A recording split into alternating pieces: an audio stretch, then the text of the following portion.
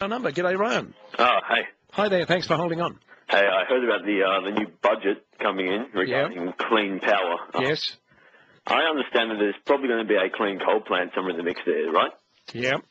Now, this is my problem. Clean coal is just a face. It doesn't work. It's not real.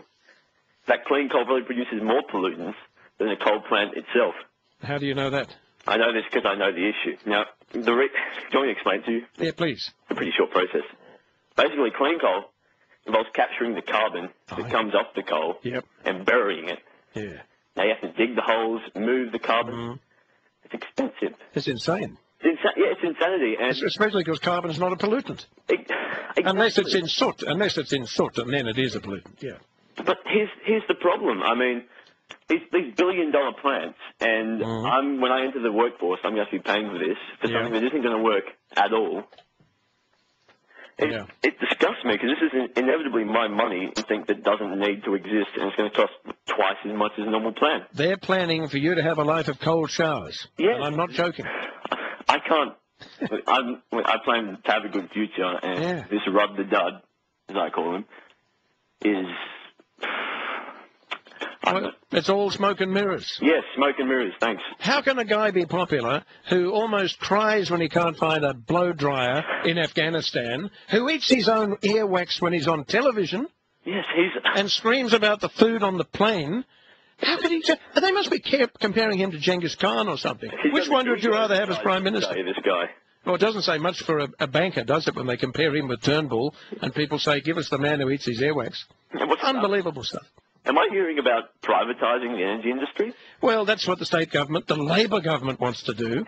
The socialists who you could trust would nationalise everything in sight when they got into power because they swore, they signed in blood they'd do it, and now they've decided to sell it to the highest bidder. But how can just leave our power systems to rot? Yeah. I mean, what happened in Auckland, where they were among the first to privatise? Big blackouts as a result. I mean, that's the thing. I mean, they're not going to pay to upgrade, people's infrastructure or anything. This is just all going to go to waste so they can make money. Well, the game is known as socialising the costs and then privatising the profits. I mean, and the people who do the deals can retire with a cosy little nest egg in a secret bank in Switzerland. This Kevin Rudd guy, he's short-sighted. He's only looking into now for what's going to happen when he's around. He's not looking into the bigger picture. That's right. Okay, and he's leaving my future in the sinkhole just so he can look good now. Imagine if we'd never gone in for globalism, and you and I, maybe not you, but I'm one of the majority who are guilty of globalising our consumption. You know, Chinese jeans, Chinese television, and cars made overseas in many cases. All the stuff that breaks, Yeah, and we have frittered away a lot of our disposable money on this disposable stuff that comes from... I can't take the high ground, the moral, and say, well, I've bought everything Australian, therefore don't blame me. But we have gone in for globalisation. Our politicians have been pushing it very hard for many decades, and now people are falling off the mountain. We're being dragged off with them. Look, here's the thing. Kevin Rudd has all the money in the world to invest in Australian infrastructure to make it better to create new jobs. Yeah. And what he's done is he's sold it overseas, and none of this is going to come back to us. Yeah. And I'm left to pay for it. That's right. And here's the thing. I mean, we have the people, we have the resources, we have the money to do this all ourselves. Yeah. He's making us rely on other people, and we're just leaking money away now. It could even be that some of this stuff is distracting us from what the real plans are. And if you want to know what the real plans are, have a look at Alex Jones' American documentary Endgame. Have you seen that? No, I haven't. Very scary stuff. Really? But basically, he has been researching the same sort of things that I've been researching, and there's no secret about it. If you go through recent history to see what they've been saying about their plans for planet Earth, Endgame, it just sort of brings all that together. They plan depopulation on a grand scale. Well, here's the thing. I mean, they're not even looking at the bigger picture. And I myself know about these things in the US, the camps and whatnot. Yeah. That's just getting into the loonies at the top is what I think. I mean, they can't do this. This is, it's in the people's hands. The people have the power to stop this.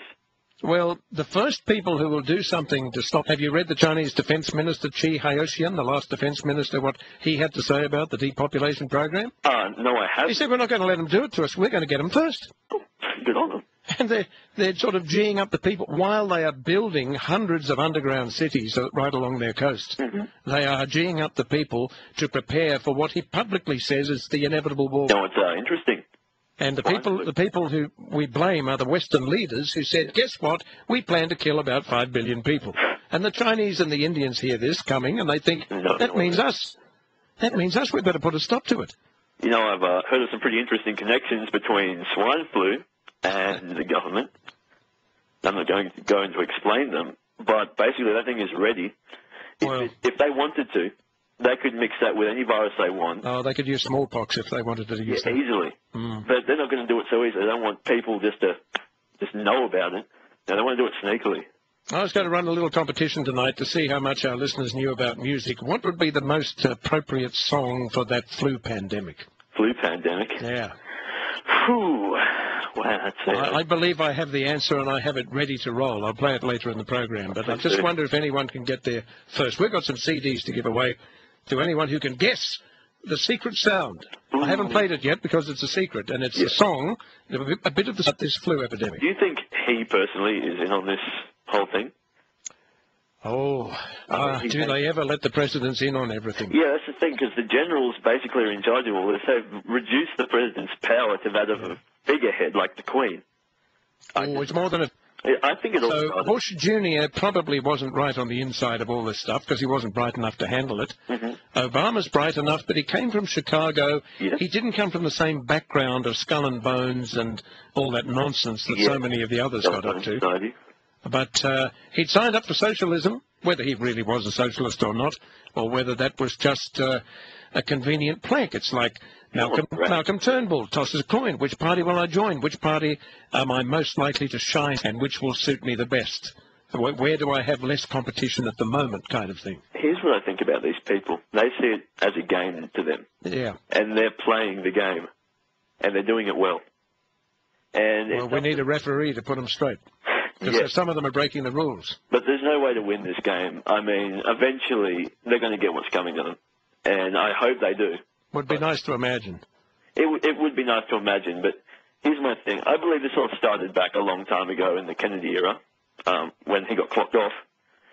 But the thing is, he often, I'm forgive my history buff, I'm not a history buff here, but I'm pretty sure he did a lot to do with mortgages.